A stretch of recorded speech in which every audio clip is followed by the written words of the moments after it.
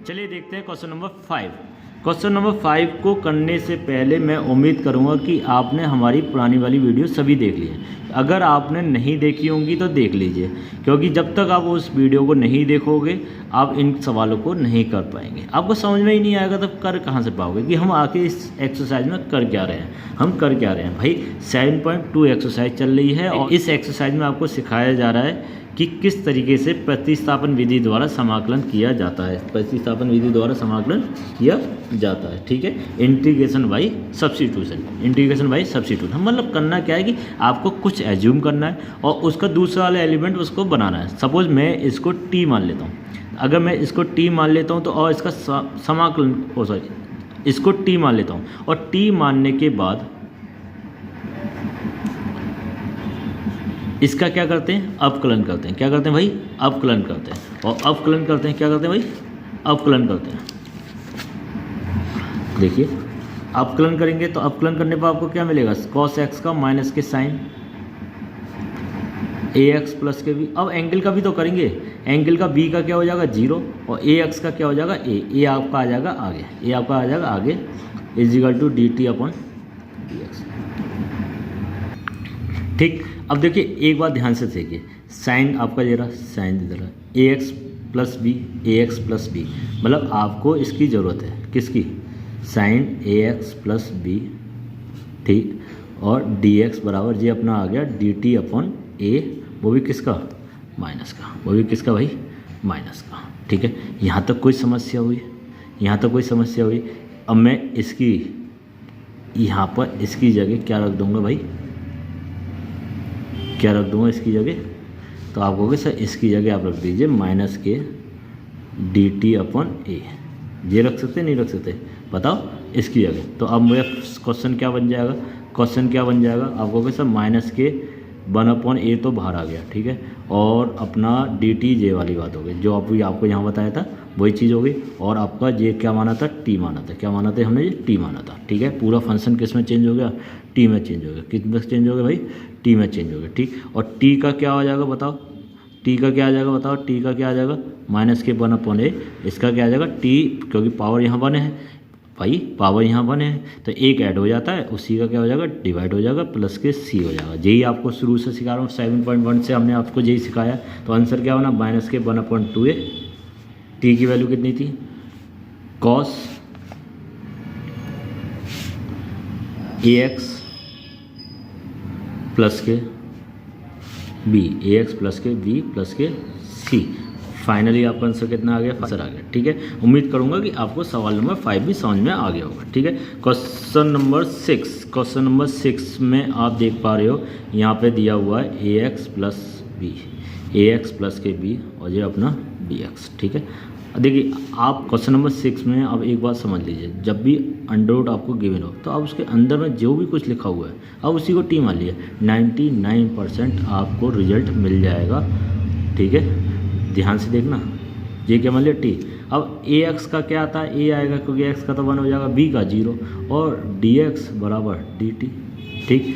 अब यहाँ पर ए है नहीं है तो डी एक्स चाहिए मुझे, तो ये अपना क्या आ गया डी टी बाई ए, ठीक है। अब मेरा क्वेश्चन क्या बना भाई, 1 अपॉन एक कॉन्स्टेंट, 1 अपॉन एक कॉन्स्टेंट और इसको आपने क्या मान लिया, टी मान लिया। क्या मान लिया, टी मान लिया। और ये अपना डी एक्स किस में चला गया, टी में चला गया। बस इसी को तो सॉल्व करना है। तो ये एक बात मुझे बताइए कि 1 अपॉन 2 लिख सकता हूँ, नहीं, आपको सर लिख लो आपकी मर्जी, ठीक है। तो 1 अपॉन ए, भाई ए किस में ऐड हुआ, तो 1/2 में, 1/2 में अगर 1 ऐड करूँगा तो मुझे क्या मिलेगा, 2 1 जा 2 और 1 3/2 और इसी 3/2 का क्या करूँगा डिवाइड करूँगा प्लस के सी। ये 2 कहाँ जाएगा सर, ऊपर जाएगा। मेरा बिल्कुल सही बात है, ऊपर ही जाएगा।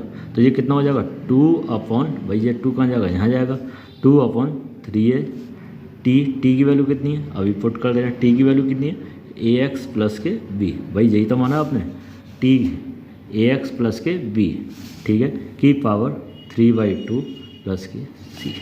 फाइनल आपका क्या आ गया जी, आंसर आ गया। क्या आ गया, आंसर आ गया। बहुत आसान था, बस आपने इसमें यही सीखा कि अंडर रूट के अंदर जो भी वैल्यू आप उसी को टी मान लीजिए, ठीक है।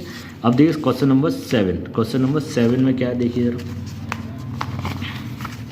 x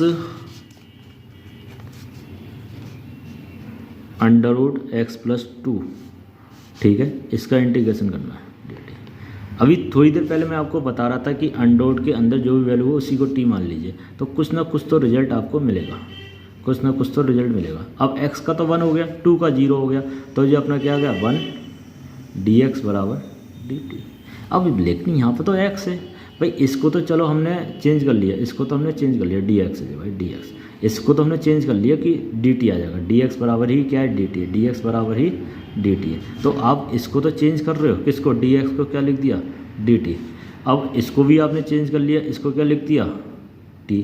या इसकी बात आएगी इसको भी तो चेंज करना पड़ेगा भाई, ये अपना क्या आ गया पूरा अंडर टी, इसकी बात आएगी। तो उसके लिए आप देखिए ज़रा, आपने क्या माना है यहाँ पर x प्लस टू बराबर टी, तो मैं ऐसे लिख सकता हूँ कि x बराबर टी माइनस के 2, तो इसको क्या लिख सकते हैं x टी माइनस के 2। क्लियर है भाई, यहाँ तक समझ में आ गया होगा तो आप आसानी से क्वेश्चन को करके ले जाओगे। मतलब मैंने x प्लस 2 को क्या मान लिया t मान लिया, ठीक है, और इसका कर दिया अवकलन, अवकलन करने के बाद मुझे पता चला dx की वैल्यू ही dt है, dx की वैल्यू ही dt है। तो अब मुझे इस x को भी चेंज करना है, तो मैंने क्या कहा इस 2 को इधर ले गया, तो t माइनस 2 बराबर हो गया मेरे पास x, t माइनस 2 बराबर हो गया x। अब इसे सॉल्व कर रहा हूँ, ठीक है। अब देखो कैसे सॉल्व करेंगे कि भाई इसका इसमें मल्टीप्लाई, तो ये आ गया t1 इंटू अंडर टी, भाई यही तो आया, minus 2 integration root T D T, ठीक है,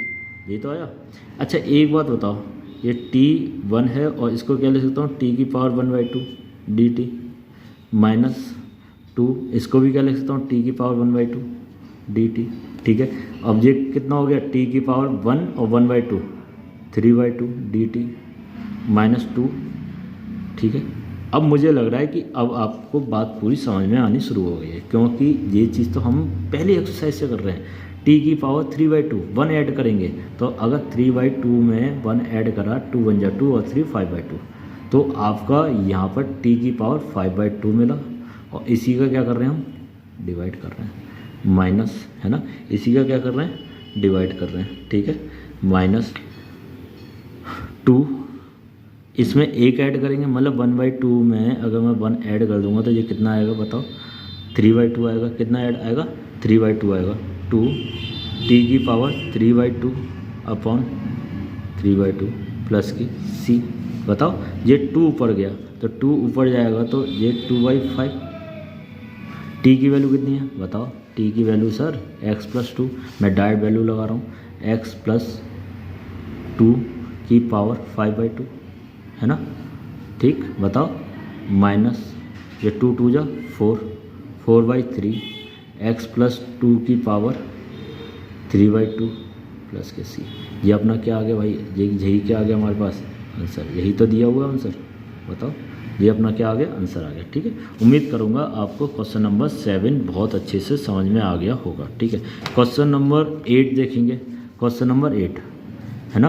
अगर आपने हमारी अभी तक पुरानी वीडियो नहीं देखी है तो देख लीजिए, जब भी आपको ये क्वेश्चन बहुत अच्छे से समझ में आएंगे।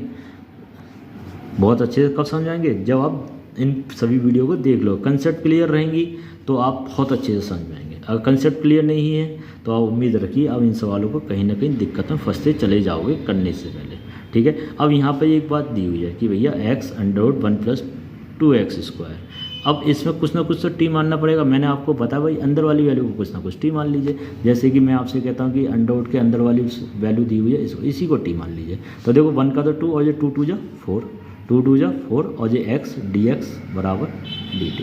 ये बात समझ आई। इसका करते हैं अवकलन। अब अवकलन करना आपको बहुत अच्छे से आता है। 2 2 जा 4 x dx, ठीक है। x ds चाहिए था, x ds चाहिए था, ठीक है। और ये dt/4 क्यों चाहिए था, देखो ये समझ में आ रही है, x ds, ठीक है, वेरी गुड, x dt/4। तो अब ना देख पा रहे हो कि भाई ये तो dt में चला गया 1/4 इधर आ गया, और ये अंडर टी dt।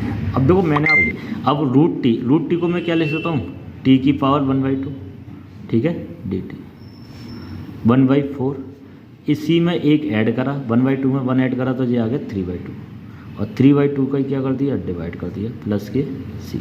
ये अपना कहाँ जाएगा भाई, कहाँ जाएगा, सबसे ऊपर, सबसे ऊपर। तो अगर 2 से इसको ऐसा भी कर सकता हूँ, कैंसिल कर दो, तो ये अपना आ जाएगा 1/6, 2 3 जा 6 टी की पावर 3/2 प्लस के सी। तो फाइनल रिजल्ट क्या आया मेरे पास, आप मुझे बताओगे 1/6, टी की वैल्यू कितनी है 1 + 2x² की पावर 3/2 प्लस के सी। यहाँ तक कोई समस्या? ठीक है, यहाँ तो कोई समस्या, आसानी से समझ में आ गया होगा आपको क्वेश्चन, बताओ आसानी से समझ में आ रहा होगा, नहीं आ रहा, बताओ क्लियर हो गया। अब क्वेश्चन नंबर 9 को भी देख लेते हैं। 9 देखो क्या है आपके सामने, 4x प्लस के 2 under x² plus x plus 1। ठीक है, इसका क्या करना है, मुझे समाकलन करना है।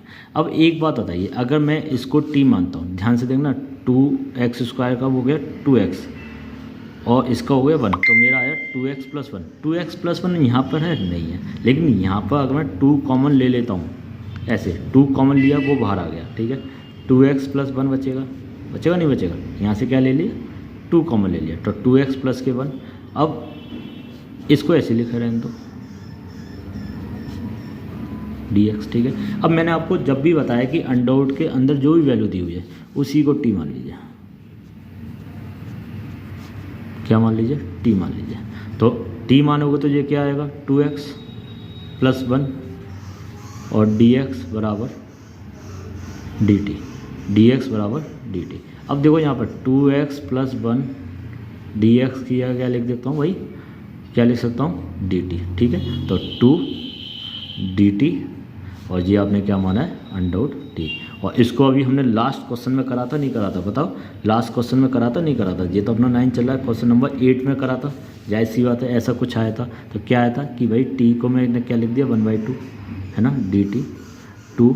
इसी में क्या करेंगे, एक हम क्या कर देते हैं भाई, क्या कर देते हैं t की पावर में एक ऐड कर देते हैं, एक ऐड करेंगे तो ये हो जाएगा 3/2, उसी का क्या कर देते हैं डिवाइड कर देते हैं, क्या कर देते हैं डिवाइड कर देते हैं, और प्लस का क्या हो जाएगा c हो जाएगा, क्या हो जाएगा c हो जाएगा। जब इसका इसमें मल्टीप्लाई होगा तो कितना आएगा 4/3 t की पावर 3/2 प्लस के c, है ना। तो और t की वैल्यू लगा दोगे, जैसे ही t की वैल्यू लगा दो तभी आपका क्या आ जाएगा आंसर आ जाएगा, x² प्लस x प्लस के 1 प्लस के c। ये हमारा क्या हो गया आंसर हो गया। उम्मीद करता हूँ कि आपको क्वेश्चन आपको 9 भी समझ में आ गया होगा। क्वेश्चन नंबर 1 से लेकर 9 तक 7.2 में हो गई हैं। उम्मीद करूँगा कि आप अगर नहीं देखी हैं तो देख लीजिए, और देखने के बाद वीडियो को ज़्यादा से ज़्यादा शेयर, जिससे कि ज़्यादा से ज़्यादा बच्चों के पास यह वीडियो पहुंच पाए। ठीक है, अगली वीडियो के साथ बहुत जल्दी मुलाकात करेंगे। जब तक के लिए हंसते रहिए, मुस्कुराते रहिए, वीडियो देखते रहिए।